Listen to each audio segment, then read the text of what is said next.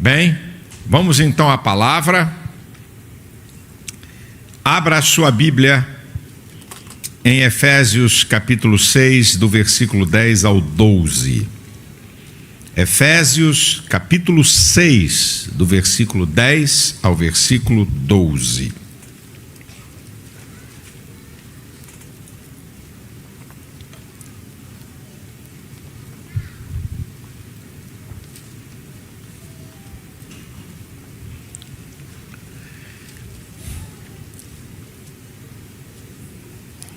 Diz a palavra do Senhor: No demais, irmãos meus, fortalecei-vos no Senhor e na força do seu poder.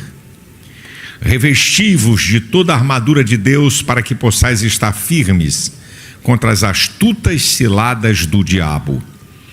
Porque não temos que lutar contra a carne nem o sangue, mas sim contra principados, contra potestades, contra os príncipes das trevas deste século, contra as hostes espirituais da maldade nos lugares celestiais. Eu quero trazer uma palavra para você sobre guerra espiritual e como vencê-la. Preste atenção aqui, irmão, por favor. Quando a gente está falando de uma guerra, certo? Uma guerra entre nações. Uma guerra é composta por várias batalhas e em diversos níveis: terra, mar e ar. A guerra no mundo espiritual também é formada por várias batalhas que se desenvolvem em vários níveis. Uma outra coisa importante sobre guerra: nenhuma nação vai à guerra, ninguém entra em guerra sem conhecer, sem saber com quem está guerreando, quem é o inimigo, como ele age, qual o seu poder, para você ter uma dimensão exata com quem você está lutando. Você não pode supervalorizar o inimigo, porque se você fizer isso, você fica abatido psicologicamente. Se você supervalorizar o inimigo, que ele é muito forte, que ele é muito poderoso, que ele é isso, que ele é aquilo, vai lhe abater psicologicamente. E também você não pode subestimar o inimigo, porque você vai ficar displicente e vulnerável. Isso aí não está com nada, isso aí é fácil. E aí você pode ser surpreendido. No mundo espiritual é a mesma coisa. Nós não estamos aqui para supervalorizar o diabo, mas também não estamos aqui para subestimar o diabo, mas para saber exatamente quem ele é e com quem nós estamos lutando na guerra do mundo espiritual. Então, primeira coisa aqui é: quem é o inimigo? Essa é a primeira coisa. Já que estamos numa guerra do mundo espiritual, nós precisamos ter uma dimensão real, exata de quem é o inimigo. Você não está botando nas duas telas não, meu filho? Só bota na tela central. Os irmãos da filial então não vê o que está aqui na tela central. Dá para, quando eu falar, botar nas duas telas? Eu vou agradecer. Quando botar o que tiver escrito aqui, isso, põe aí, porque a igreja aqui é grande, também tem isso e facilita a visão de todo mundo. Muito obrigado, querido. Então, nós precisamos conhecer quem é o inimigo. E para você saber quem é o inimigo, nós não podemos conhecê-lo a partir da queda, quando ele deixa de ser Lúcifer, anjo de luz, e passa a ser diabo. Você tem que saber a partir do momento que ele foi criado, para você ter uma real noção de quem ele é. Então vamos lá. Em Ezequiel capítulo 28, a partir do versículo 12, há uma analogia com o rei de Tiro e uma analogia a Satanás. A primeira coisa que é dita lá é que ele é o aferidor da medida. Isso é, o exemplo máximo de poder, sabedoria e beleza. Se Deus levasse ou transportasse qualquer um de nós para as eras das eternidades que se passaram antes da queda de Lúcifer. E se você perguntasse para Deus qual é o maior exemplo que existe no seu reino de poder, beleza e sabedoria, Deus ia mostrar Lúcifer. Só para você ter uma ideia da magnitude desse anjo. Segundo lugar, ele foi criado, é um querubim ungido, uma classe única de anjo. Não tem querubins ungidos, tem querubins e querubim ungido, singular.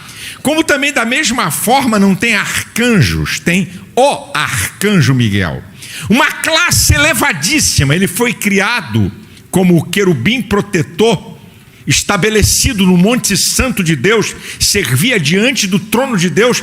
Tal é a sua classe de elevação na estrutura do reino de Deus.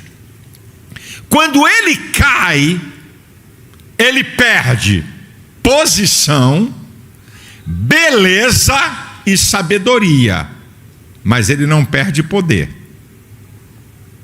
Quando Lúcifer cai, ele perde o que eu acabei de falar. Ele vai perder posição, eu vou te mostrar na Bíblia. Ele vai perder beleza e vai perder sabedoria. Ezequiel capítulo 28, entre o versículo 17 e 19, diz: ele vai ser lançado na terra, perdeu posição. Quem olhar para ele vai ver como um espanto, perdeu beleza. E por causa da sua corrupção, ele corrompe a sua sabedoria, ele perde sabedoria. Ele não perde poder porque diz Apocalipse 12:4 que o dragão com a sua cauda leva 1/3 dos anjos do céu. E para levar 1/3 dos anjos do céu não pode ser um fracote, não pode ser um qualquer. Significa que ele possui um grande poder e que opera ainda hoje segundo esse poder que ele tem.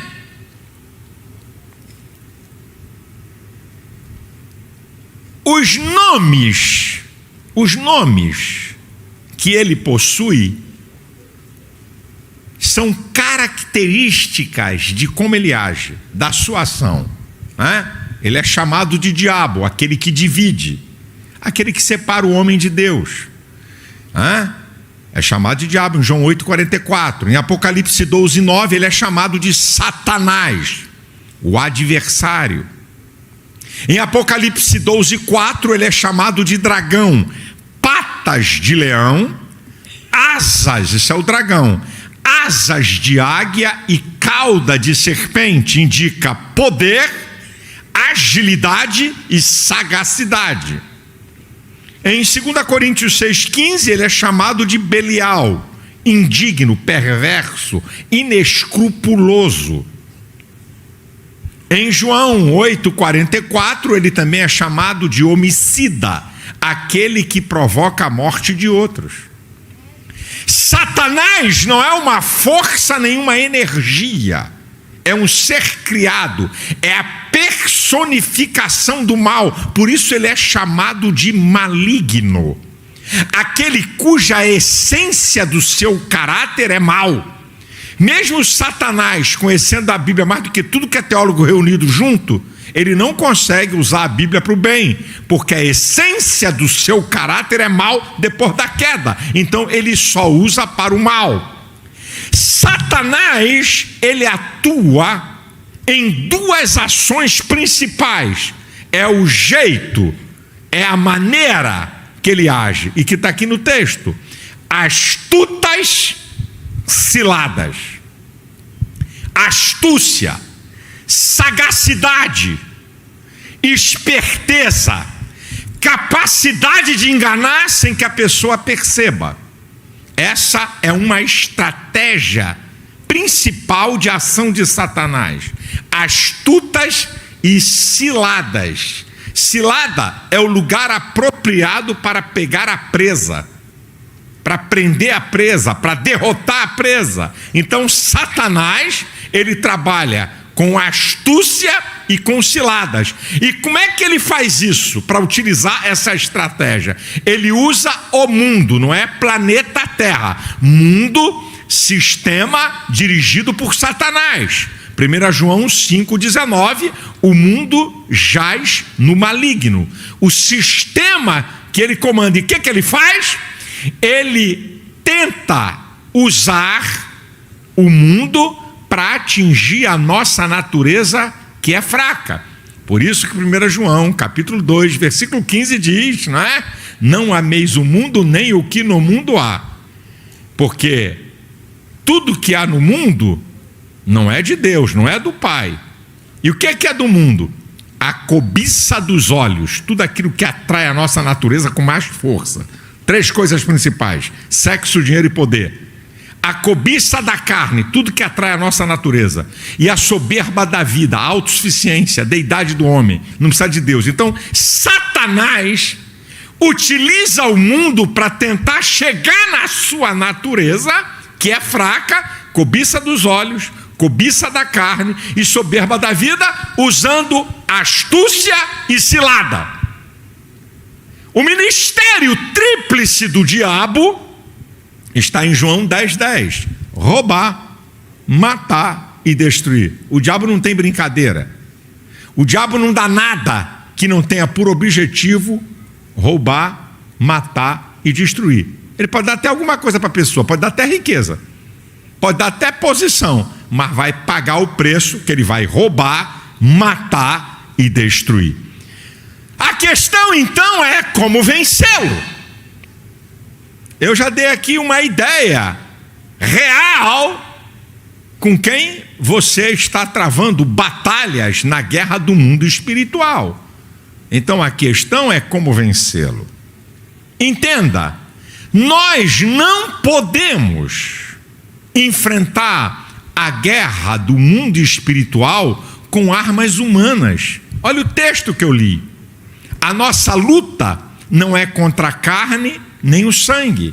Não vale capacidade humana, não vale inteligência humana, força bruta humana. 2 Coríntios capítulo 10, versículo 4 diz que as armas da nossa milícia não são carnais, mas poderosas em Deus para a destruição das fortalezas. Então não se usa arma do mundo humano, da capacidade humana para vencer batalhas, para vencer o diabo, para vencer a guerra espiritual. Como eu disse, uma guerra, você tem vários níveis. Na guerra do mundo espiritual também. Eu vou te mostrar os 5 níveis das batalhas no mundo espiritual. Existem 5 níveis de batalha, para você ver que a coisa não é brincadeirinha, sabe? A coisa não é brincadeirinha. São 5 níveis de batalhas que estão sendo travadas. Primeiro nível é o nível pessoal. 1 Pedro capítulo 5, versículo 8 diz: sede sóbrios e vigiai, porque o diabo, o vosso adversário, anda como leão, bramando como leão, buscando a quem possa tragar. Satanás trava uma guerra pessoal com cada habitante do planeta Terra.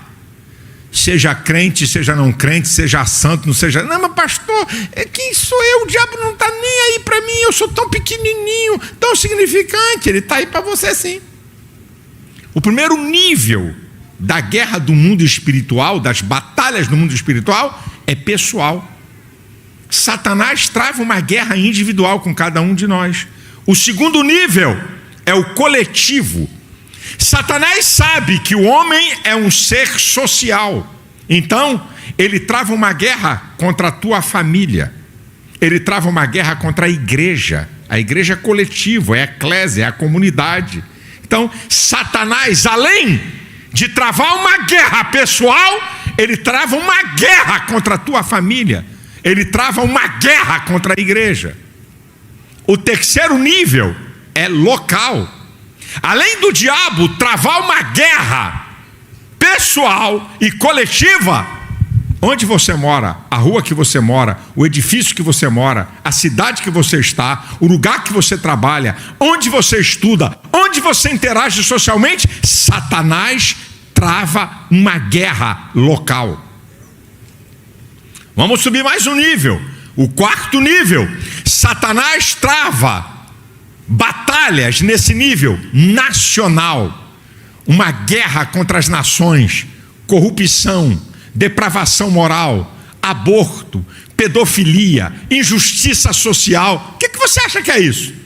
É a guerra. O pano de fundo, quem está por trás disso tudo é Satanás, travando uma guerra a nível nacional, porque ele sabe que ao atingir as nações, atinge as pessoas. E o quinto e último nível, Satanás trava uma guerra a nível cósmico, isso é, uma instância superior ao mundo humano. Não temos que lutar contra a carne, nem contra o sangue, mas contra principados, potestades, príncipe das trevas, hostes espirituais da maldade nos lugares celestiais.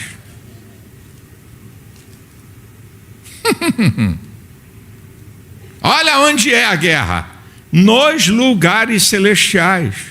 Uma outra coisa importante que eu deixei de falar, mas eu tenho que trazer, importantíssima, importantíssima, importantíssima. Satanás possui um reino. A Bíblia fala em Efésios capítulo 2, versículo 2, que ele é o príncipe das potestades do ar. E o seu reino tem uma estrutura de poder, que está no texto. Principados e potestades são demônios que estão divididos em várias hierarquias de poder e comando e de várias funções para agir no mundo espiritual. Príncipes das trevas, no plural. Demônios que trabalham na antítese, comandam outros demônios e trabalham na antítese luz e trevas. Isso é, demônios que comandam demônios só para trabalharem contra a igreja, contra o evangelho, cegar o homem para não reconhecer Jesus. Hostes espirituais da maldade são tropas que estão preparadas para entrar em ação a qualquer hora, em qualquer lugar onde a batalha for mais renhida. Isso é para você ter uma ideia de quem é o diabo e o seu reino e como ele trafega nesses níveis. O último nível cósmico, uma instância além do mundo humano. Satanás trabalha num nível que você não sente, você não vê, você não percebe, e ele está agindo. Agora escute o que eu vou dizer para você. Preste bastante atenção. Existem 4 fatores vitais para se vencer uma guerra. São 4 fatores vitais para se vencer uma guerra. Uma guerra entre nações, para se vencer uma guerra, preste atenção. O front, a linha de ataque, a retaguarda, defesa e proteção, e o suprimento, a sustentação. Nenhuma nação vence uma guerra se não vencer nessas 3 áreas. No ataque, no fronte da batalha, na retaguarda, na defesa e na proteção, e na linha de suprimento, que é a sustentação. Se uma dessas for quebrada, perde a guerra. E 4, os elementos que você usa nessas funções vitais. Meu irmão, a mesma coisa é no mundo espiritual. Para vencer a guerra, linha de frente, ataque, defesa, retaguarda e linha de suprimento. aqui é que está o segredo, e você vai começar a entender alguma coisa, porque Satanás luta contra algumas dessas coisas que eu vou falar. O que é que você usa nesses fatores vitais para se vencer uma guerra do mundo espiritual? Então, primeiro, a palavra de Deus. A palavra de Deus atua no ataque, na defesa e no suprimento. Efésios 6,17 diz que a palavra de Deus é a espada do Espírito. Espada tanto serve para atacar como para se defender. No Salmo 119, versículo 116 diz: vivifica-me segundo a tua palavra para que eu viva. Quer dizer, a palavra como sustentação, suprimento. Está vendo porque o diabo quer roubar a palavra da tua vida? Por que o diabo quer tirar a palavra da tua casa, da tua família? Por que o diabo quer tirar a palavra da igreja? E não adianta você substituir. Princípios são princípios, irmão. A igreja aqui é do movimento, a igreja aqui é do movimento, e o diabo está metendo-lhe o sarrafo. Por quê? Porque tirou a palavra. É um instrumento vital para se vencer batalhas. Pode ter movimento, pode, a igreja aqui é só louvor, é só louvor, é só louvor, é só louvor. Não tem a palavra, o sarrafo vai comer. Aqui é só visão, só revelação, aleluia, foi uma festa. Esse culto teve tanta revelação, teve tanta profecia, a palavra não, o diabo vai jantar. Não adianta, meu irmão, são princípios inegociáveis e que o inimigo sabe. O inimigo sabe. Como é que você vai derrotar uma frota se você só tem uma metralhadora? É uma frota de navios. Como é que você vai derrotar uma frota de navio com metralhadora? Você já viu os foguetes americanos, da frota americana, que viaja 2.300 quilômetros e que no máximo erra 30 centímetros o alvo? Meu filho, por quê? Porque tem coisa que não adianta bala de revólver nem de metralhadora. É foguete com ogiva, senão não rebenta o inimigo. Você quer só andar de 32 para lutar com o diabo? De 45 o diabo vai dar gargalhada. Tem que ter arma de alto calibre. A palavra de Deus é o calibre mais poderoso na guerra contra Satanás. Jesus usou a palavra para atacar e para se defender, meu irmão, na tentação. Você quer ver um outro elemento fundamental para esses três fatores, que atinge os três fatores? A oração. Efésios 6,18 diz: orando em todo o tempo. Ora no ataque, ora na defesa, ora no suprimento. Orando em todo o tempo, com toda oração e súplica no Espírito.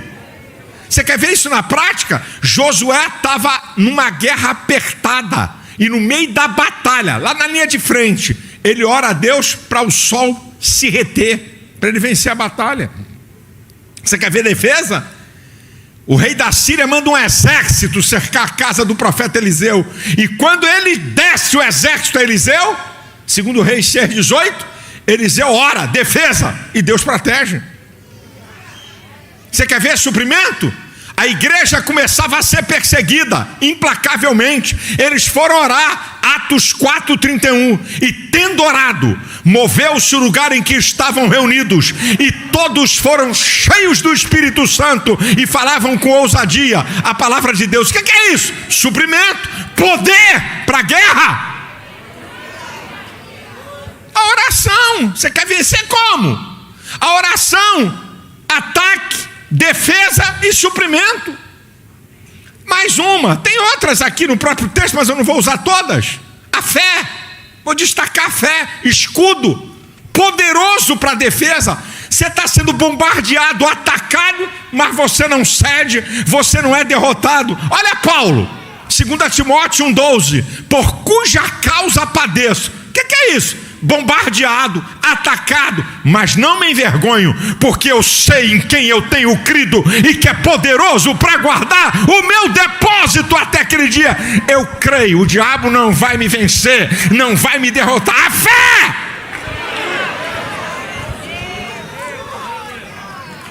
Só pergunta ao irmão que está na sua direita e à sua esquerda: quer vencer a guerra espiritual? Pergunta aí.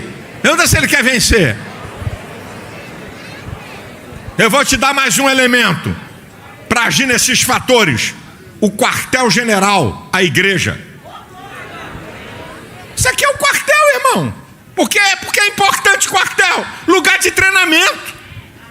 Como é que você vai para a guerra sem treinamento?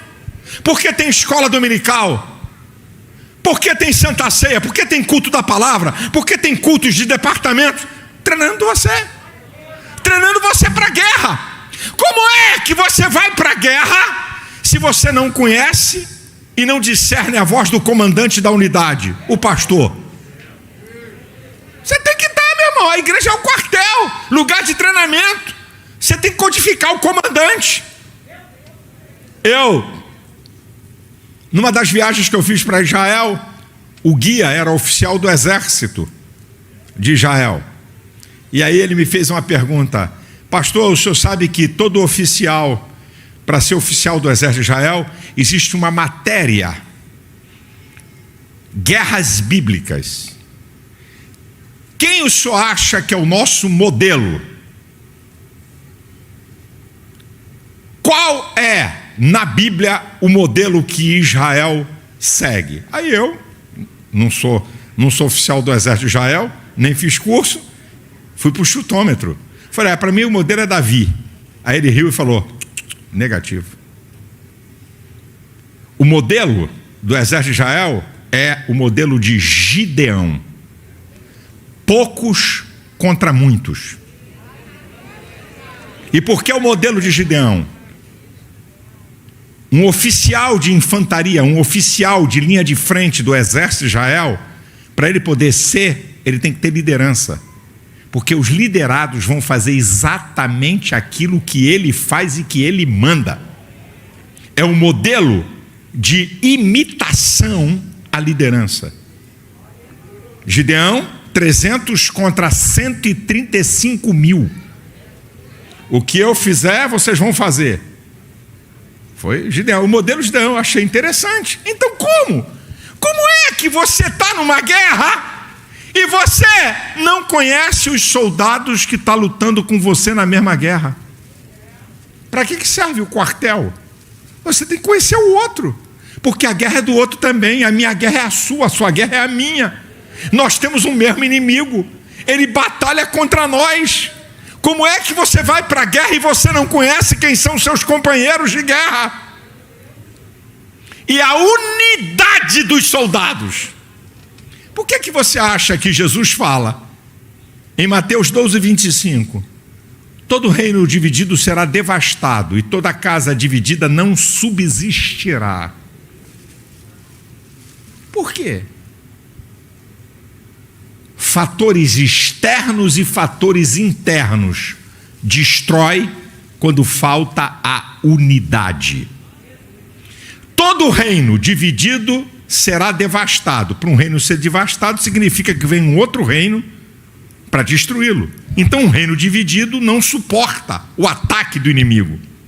E toda casa dividida não subsistirá. Fatores internos. Não precisa nem do externo, não precisa nem do ataque do capeta. Igreja dividida, o diabo arrebenta. Não precisa de fora, não é capeta não. Nada de capeta. Casa dividida, ela não subsiste, ela implode. Por que eu trabalho aqui e não abro mão de unidade? Por que eu jogo pesado aqui? Por que eu transmito uma Santa Ceia uma vez por mês? Por causa da nossa unidade. Fortalecer a unidade. Eu aqui trabalho, porque eu recebi a herança, a nossa igreja é uma igreja que trabalha com liberdade. Eu não vivo controlando o pastor, eu não ligo segunda-feira para pastor nenhum para perguntar quanto entrou de dízimo, quanto entrou de oferta. Os pastores têm autonomia para fazer evento, para convidar pregadores e cantores, a não ser que eu determine, eu não quero esse cara pregando aqui, eu não quero essa pessoa cantando aqui. Se eu não quero, não é por causa de questões pessoais, é porque tem algum problema espiritual, então eu dou ordem. Mas os pastores são livres.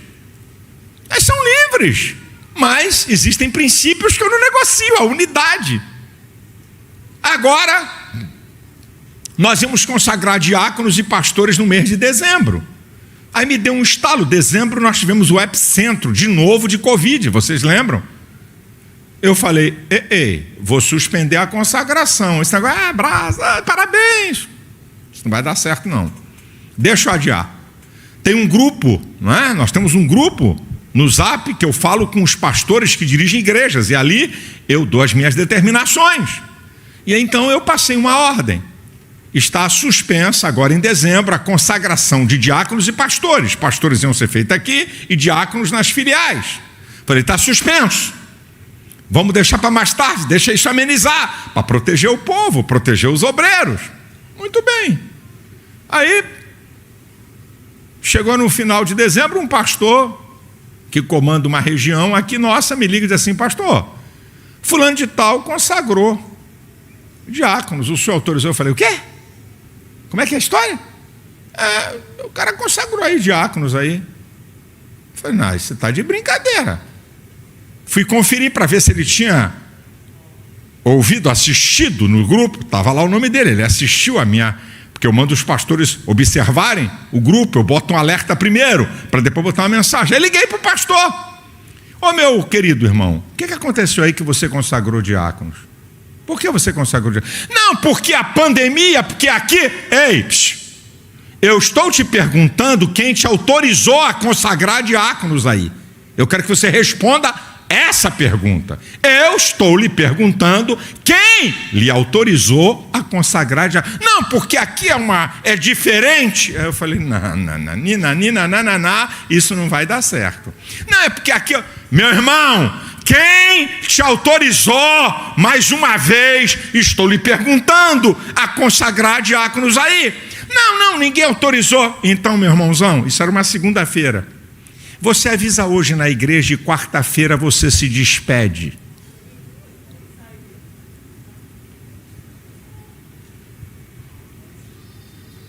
Está olhando para mim espantado? Eu não abro mão uma vírgula de princípios de unidade. E como ele já tinha uma intenção má, eu tenho discernimento espiritual, eu sabia o que ele queria. E é o que ele fez. Ele queria dividir a igreja. Levou meia dúzia, pensou que ia levar a metade da igreja, se quebrou, pensando que ia levar a igreja inteira. Porque quem acompanha rebelde faz parte da rebelião do rebelde. E não sou eu, é o julgamento da Bíblia. Por quê? Eu não negocio, meu irmão. Eu não negocio unidade, porque eu sei que ela é fundamental. Igreja dividida, um é dono de um pedaço, um é dono da filial, o outro é dono da outra filial, o outro é dono dos obreiros, um é dono da mocidade, o outro é dono das mulheres, o outro é dono, não sei de que, dono porcaria nenhuma. Aqui é unidade em torno do propósito da igreja, que é fundamental para vencer a guerra do mundo espiritual.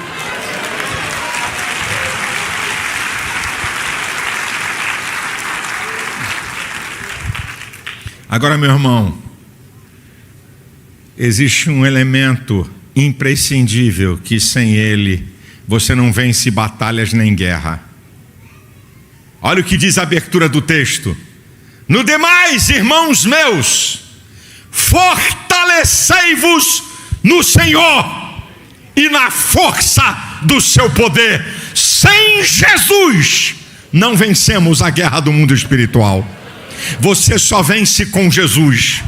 Você só vence com o poder de Jesus.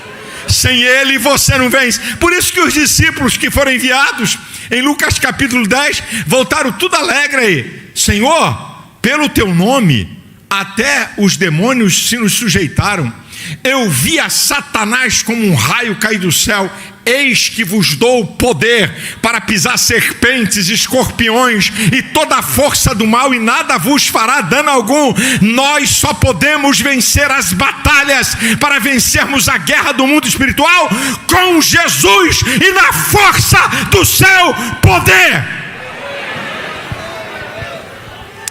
Entenda isso, meu irmão. Por que isso? Porque Jesus vence o diabo, porque Jesus tem poder, porque Ele pode nos dar poder. Preste atenção, em Colossenses capítulo 1, a partir do versículo 15, diz assim: porque nele foram criadas todas as coisas que há nos céus e na terra, visíveis e invisíveis, sejam tronos, dominações, principados, potestades, tudo foi criado por Ele e para Ele. Ele é antes de todas as coisas e todas as coisas subsistem por Ele. Foi Jesus que criou tudo isso. E criou no princípio para Ele. Por isso que Jesus é maior do que o poder do diabo. Por isso que Jesus tem mais poder do que o diabo. Lembre-se de uma coisa interessante. Por que Jesus morreu na cruz? Porque quando o homem pecou, Satanás passou a ter o domínio do império da morte. Significava então que nenhuma pessoa podia ressuscitar para a vida eterna. Isso está em Hebreus 2,14. Pela sua morte, aniquilasse aquele que tinha o império da morte, a saber, o diabo. Quando Jesus morre e ressuscita, Apocalipse capítulo 1, versículo 18, eu que vivo e fui morto, estou vivo para todos sempre e tenho as chaves da morte e do inferno. É por isso que Apocalipse 1,5 diz que Jesus Cristo é o primogênito dentre os mortos, isso é, o primeiro a sair da morte para nunca mais voltar para lá. E Jesus diz, Colossenses capítulo 2, versículo 14 e 15, que Ele riscou a cédula que era contra nós, cravando-a na cruz e despojando, olha aí de novo, principados e potestades, triunfou em si mesmo e os expôs publicamente. Quando Jesus morre e ressuscita, toma do diabo as chaves da morte e do inferno, Ele derrota Satanás. É por isso que Jesus declara, quando Ele está ressuscitado, em Mateus 28, 18, é-me dado todo o poder nos céus e na terra. Satanás perde o poder do império da morte, e é por isso que hoje, e é por isso que vai acontecer, que se alguém morrer, vai ressuscitar para a vida eterna. Agora preste atenção a essas observações que eu vou te dizer e vou encerrar minha palavra. Preste atenção. Número 1. Não é porque você venceu uma grande batalha contra o diabo que ele nunca mais vai te atacar.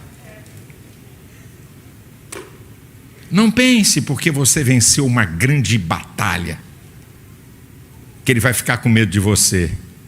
Em Lucas 4,13, no final da tentação, quando Jesus botou o capeta para correr, diz assim: e ausentou-se dele por algum tempo. Satanás voltou a atacar Jesus. Estou falando de Jesus. Então, não baixa a guarda não, porque você teve uma grande vitória, e você achar que o diabo nunca mais vai voltar para te atacar. Agora preste atenção no que eu te falei. Satanás, diz a Bíblia, em 1 João 5,19, que o mundo jaz no maligno. O sistema é dominado por ele. Quando Satanás passeia pelo espaço, olhando a terra, ele pode dizer, quando ele olha pessoas, setores da sociedade, ele pode dizer: isso aqui é meu, isso aqui é meu, aqui eu domino, aqui eu domino, isso aqui é meu. Mas escute o que está em Efésios capítulo 3, versículo 10 e 11. E agora, pela igreja, a multiforme sabedoria de Deus seja conhecida de principados e potestades, segundo o eterno propósito de Deus em Cristo Jesus nosso Senhor. Agora eu vou voltar para a história. Quando Satanás está passeando aí pelos ares, no planeta Terra, isso aqui é meu, isso aqui me pertence, esse sistema eu governo. Quando ele olha a igreja é a representação visível na terra que existe alguém mais poderoso que o diabo.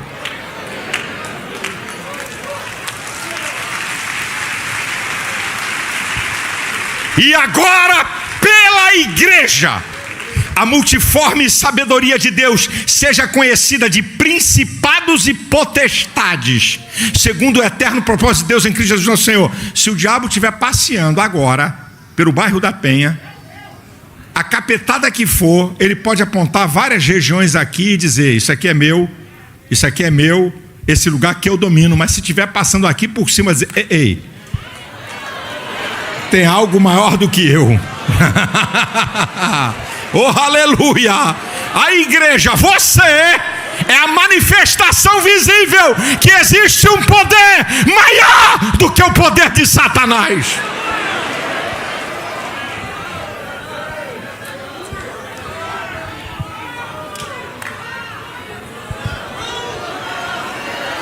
Aleluia!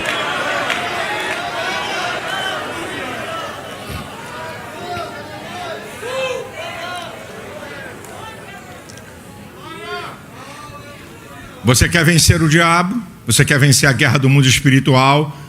Terceiro, 1 João capítulo 5, versículo 18 diz: aquele que é de Deus, o maligno não lhe toca. Tiago 4,7 diz: sujeitai-vos, pois, a Deus, resisti ao diabo, e ele fugirá de vós. Pertença a Deus através de Cristo. Se submeta a Deus, a sua palavra, e enfrente o diabo. Irmão, preste atenção. Natureza humana é para você correr, capeta é para você enfrentar. Como assim, pastor? Capeta não se corre. Ai, irmão, igual essas histórias que acontecem nas igrejas pentecostais. Irmão, eu vi um chifrudo poderoso com um tridente na mão, sentado no telhado da sua casa. Vigia, vaso. Ai, só falta fazer sinal da cruz. Ai, o sangue de Jesus tem poder. Como é que é? O que o irmão está dizendo aí? Você viu? Eu te ordeno, sai daí. Ah, porque o diabo diz que vai destruir teu casamento, que vai destruir teu negócio. Repreende ele, enfrente ele. Diabo se enfrenta, diabo não se foge não, se foge da sua natureza, mas capeta parte para dentro, submisso a Deus. Agora escute isso aqui, irmãos. Número 4. Tem lugar por aí, não é na DEVEC não, com todo respeito.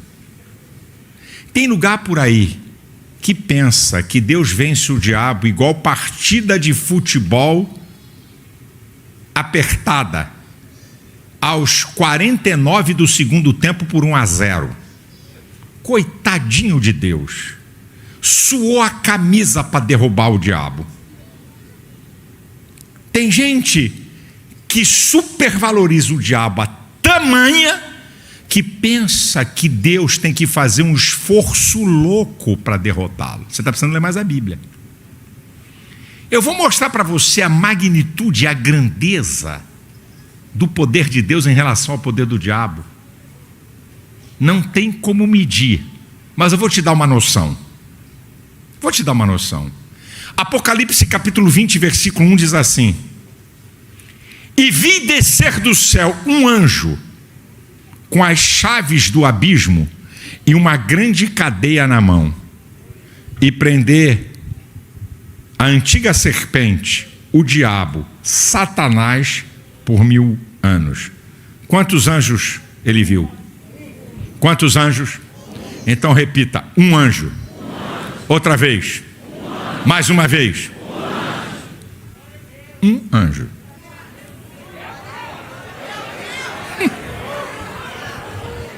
Deus não saiu do trono. Deus não chamou Miguel, o comandante do exército celestial, e disse assim: Miguel, arruma aí uns anjos parrudos para tomar conta do meu trono, porque eu vou ter que descer, porque o capeta, eu tenho que amarrar esse miserável, eu tenho que botar ele preso, e eu tenho que levar o exército inteiro, porque a coisa não vai ser fácil não. Deus não saiu do trono. Ei, Deus não emitiu nenhuma palavra contra Satanás. Deus só disse assim: vai lá e prende a Satanás por 1000 anos. Um anjo. Um anjo. Um anjo. Um anjo. Um anjo. Um anjo.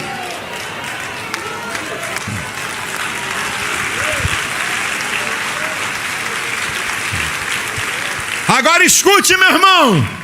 Na cruz, Jesus derrota Satanás. Mas nos fins dos tempos e das eras, Jesus vai aniquilar definitivamente o poder de Satanás. No Calvário, ele derrota o diabo, mas o diabo continua operando. Mas no fim dos tempos, das eras, vai chegar o dia que o Senhor vai aniquilar de uma vez por todas o poder de Satanás. E Paulo diz isso em 1 Coríntios, capítulo 15, versículo 24. Então virá o fim. Depois de ter entregado o reino a Deus o Pai e aniquilar todo o império, potestade e poder.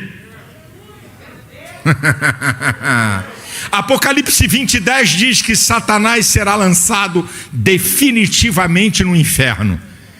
Jesus venceu o diabo e no final vai aniquilar de uma vez por todas o poder do diabo.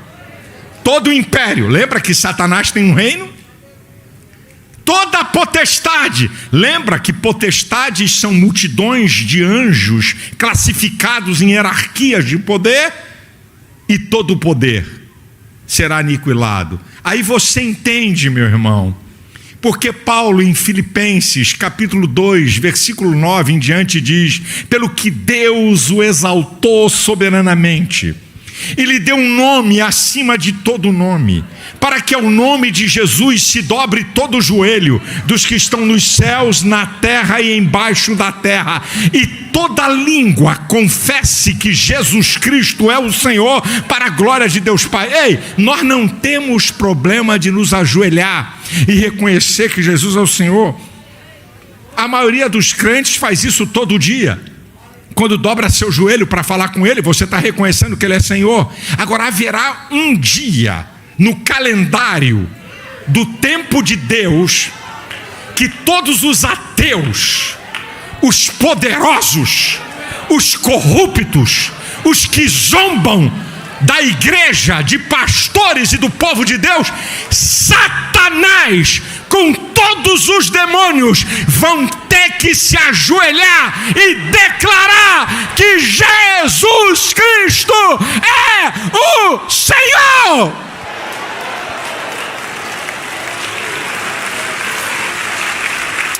O rabassoricandarabachandarabacalarabass. Ele é o Senhor. Ele é o Senhor. Você não apenas vai vencer batalhas espirituais, você vai vencer a guerra do mundo espiritual, garantida pelo Senhor Jesus. Ele é o Senhor. Aí você entende, quando Paulo está dizendo em Romanos 8, a partir do versículo 31, se Deus é por nós, quem será contra nós? Aquele que nem mesmo poupou o seu próprio filho, porventura não nos dará conjuntamente com ele todas as coisas? Quem intentará acusação contra os escolhidos de Deus? É Deus quem os justifica. Quem os condenará? Se Cristo morreu, ressuscitou, está à destra do Pai e intercede por nós. Quem nos separará do amor de Cristo?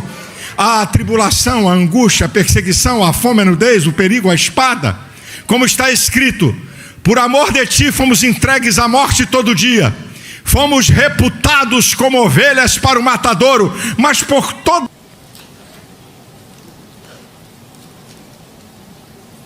1 Pedro 1,7 diz: para que a prova da vossa fé, muito mais preciosa do que o ouro que perece, é provado pelo fogo, se ache em louvor e honra e glória na revelação de Jesus Cristo, para que a prova da vossa fé. Eu quero trazer uma palavra para você. Quando a nossa fé é provada, vai todo mundo aqui entrar num teste, incluindo eu, não é? O teste da fé. Quando é que a nossa fé é provada? Primeiro, eu garanto para você que a sua fé não é provada pela quantidade de glória a Deus, nem de aleluia, nem de línguas estranhas que você fala. Eu garanto que não é. A nossa fé não é provada por isso. Mas eu acredito que algumas coisas que podem provar a nossa fé, não tudo, eu quero apresentar para você.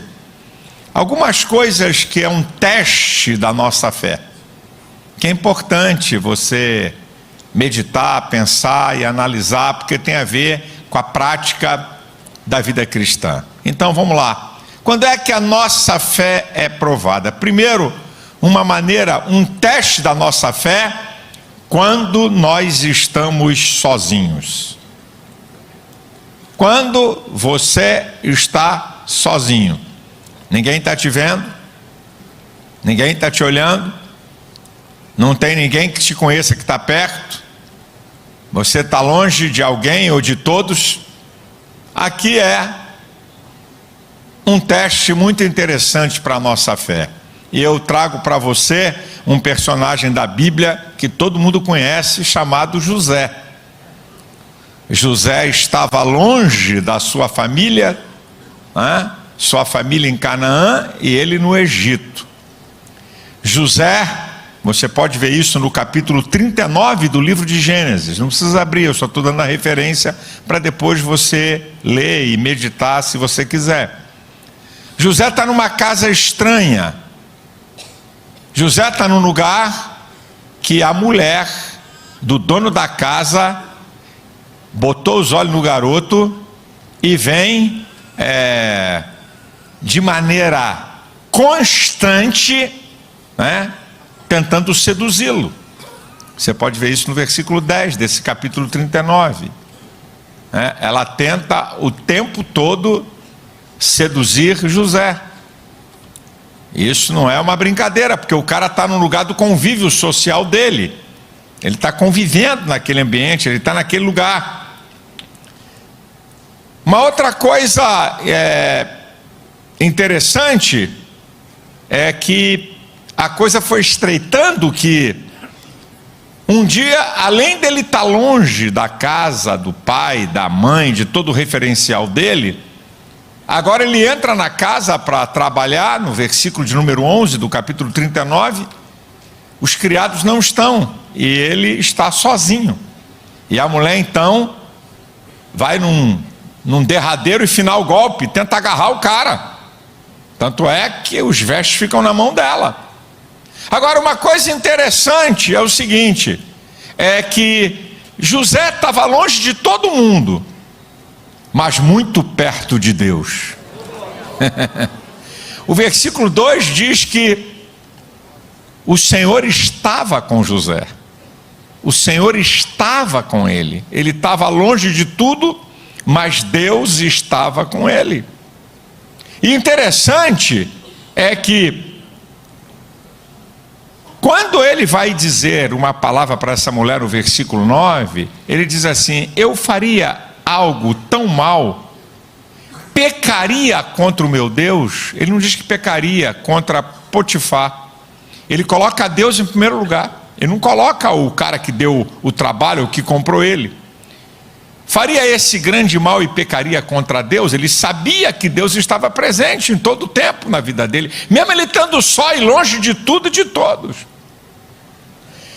Meus queridos e amados irmãos, quando nós estamos sozinhos, muitas vezes temos uma sensação de impunidade.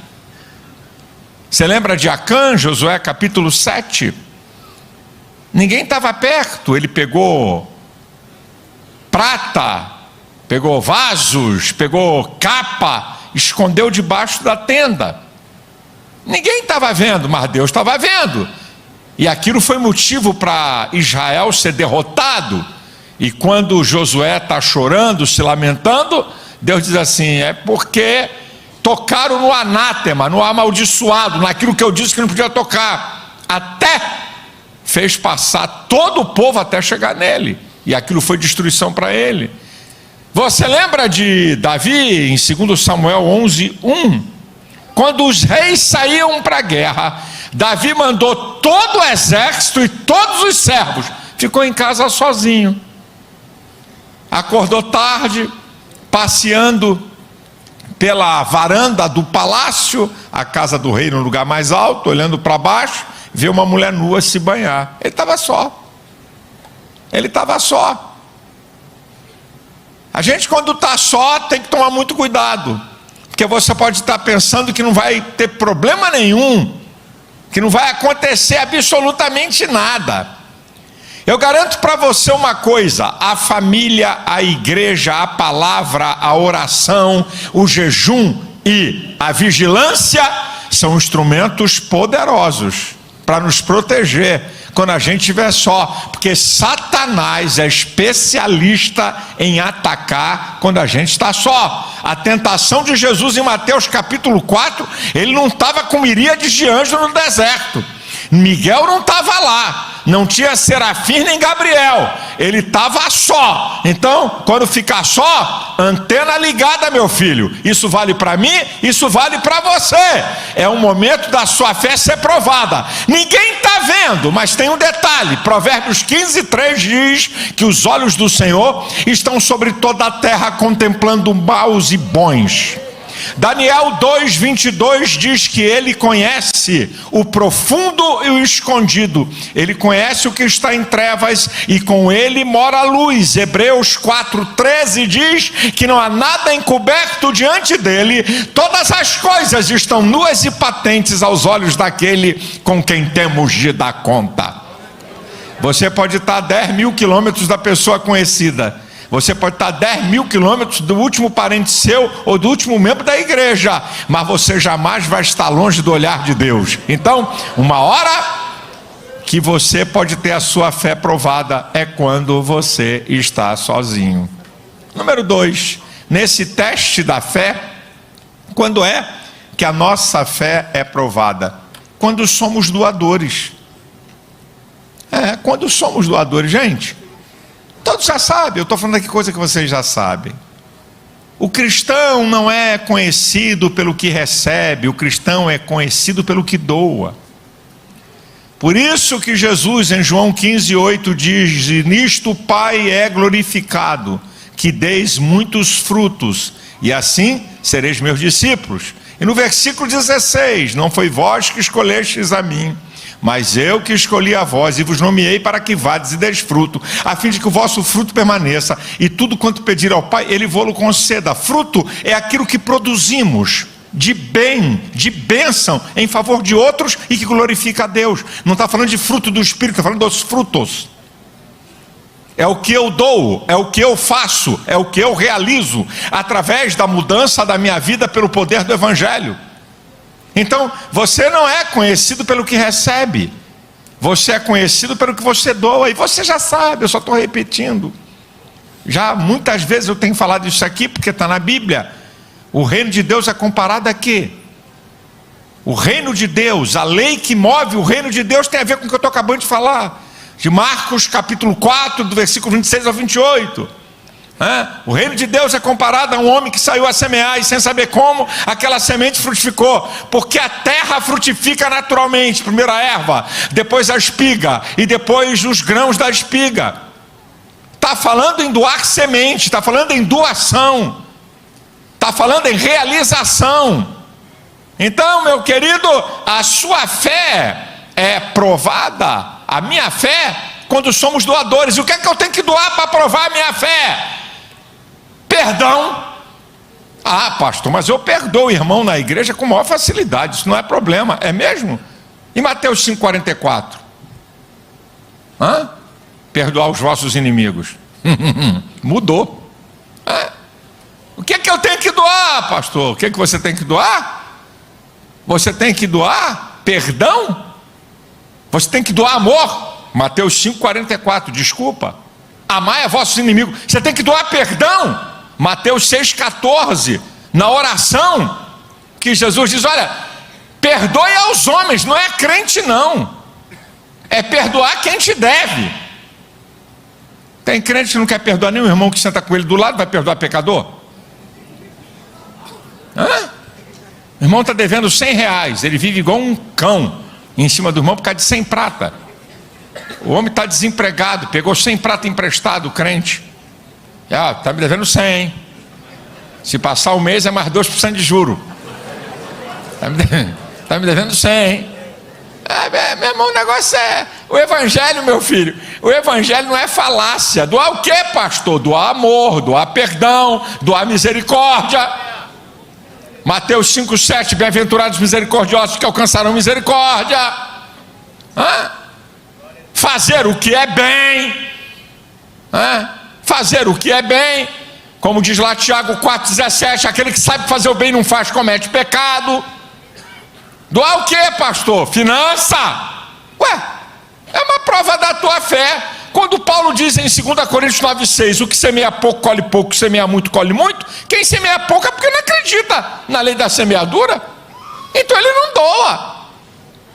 A tua fé é provada no ato da tua doação, seja de amor, seja de perdão, seja de benignidade, seja de compaixão, seja de misericórdia, seja de fazer o bem, seja finanças. Você está provando a tua fé, porque você está praticando aquilo que está na Bíblia, na palavra, para o cristão praticar.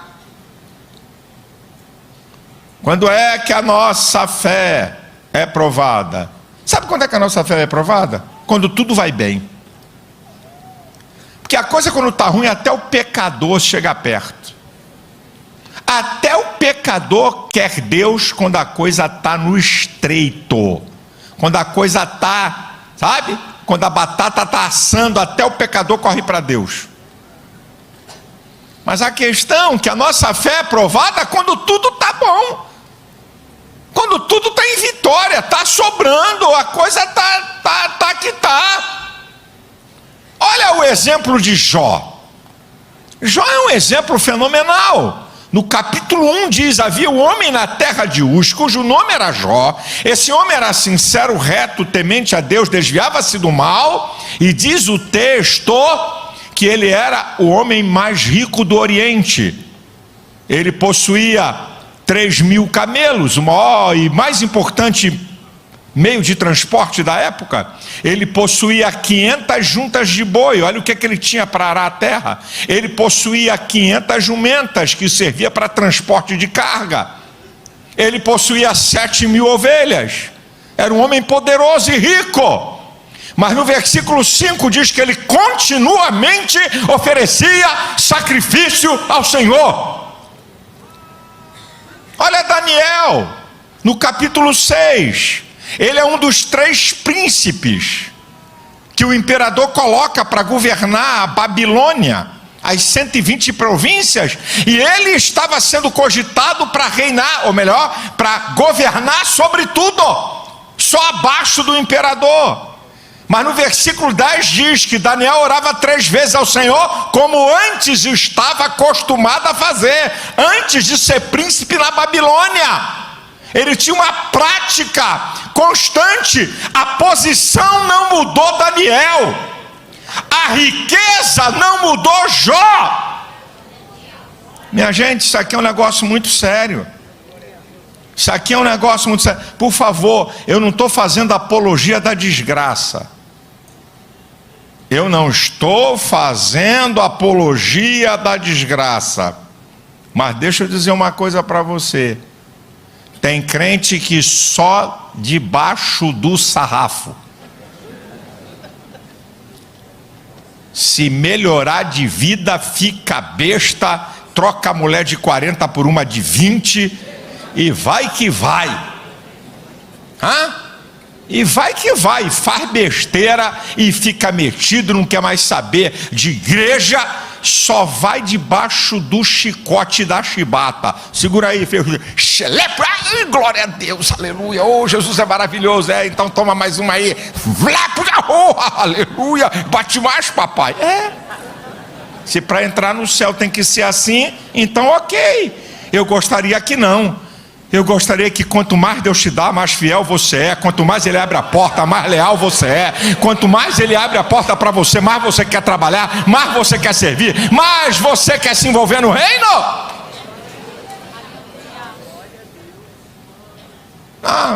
Meu nível, meu status agora, eu mudei. Eu não posso ficar tomando conta de carro aqui no estacionamento. Agora eu virei professor, agora eu virei doutor, agora eu virei não sei o quê. Meu irmão, você está... É isso aí. Uma prova da tua fé é que quando tudo vai bem com você, você não larga Deus. Você não deixa Deus, você não deixa de servi-lo, você não deixa de amar a obra de Deus, você não deixa de realizar a obra no reino. Aqui, ó, nessa igreja, lá nos idos da Honório Bicalho, a maioria de vocês não estava lá. Chegou um irmão do Nordeste, pobre, terno Roscoff, pobre de Marredeci, veio lutar pela vida no Rio de Janeiro. Chegava cedo na igreja e ia para a portaria.